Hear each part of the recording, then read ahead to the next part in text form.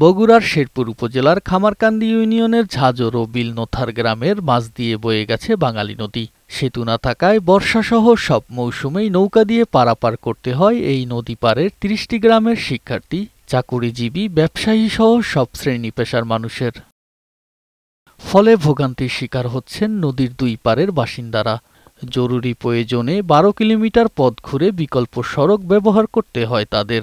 School শিক্ষার্থী সহ স্থানীয়দের দাবি বাঙালি নদীর উপর সেতু নির্মাণের। ২৫-৩০ গ্রামের লোক পার হয় এই রাস্তা দিয়ে, দৈনিক না হলেও ১০,০০০ লোক পারাপার হয়। আমরা চাই এই ব্রিজটা যত দ্রুত করা যায় তত আমাদের সহ এলাকাবাসীর জন্য মঙ্গল হবে আর কি। এখন এই ঘাটটা বর্ষার সময় খুব কষ্ট হয়, পাবলিকেরও হয়, আমাদেরও হয়।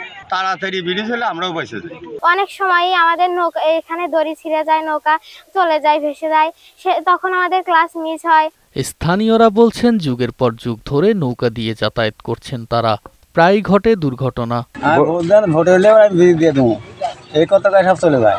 ব্রিজ হওয়ার কয়েকবার করে হলো, ব্রিজ হবেই আর হয় না, এই জনগণের খুব অসুবিধা। এখানে একটা দ্রুত ব্রিজ হতো তাহলে আমার মনে হয় অনেকটা এলাকাবাসী উপকৃত হতো। আগামী অর্থ বছরে সেতু নির্মাণের কাজ শুরু হবে বলে জানালেন এই কর্মকর্তা। পরিচালক মহোদয় আসলেন, সাইট পরিদর্শন করে গেছেন, ব্রিজ অন্তর্ভুক্ত করা হয়েছে, সলিড সম্পন্ন হয়েছে। আশা করছি আগামীতে আগের অর্থ বছরে হওয়ার সম্ভাবনা আছে।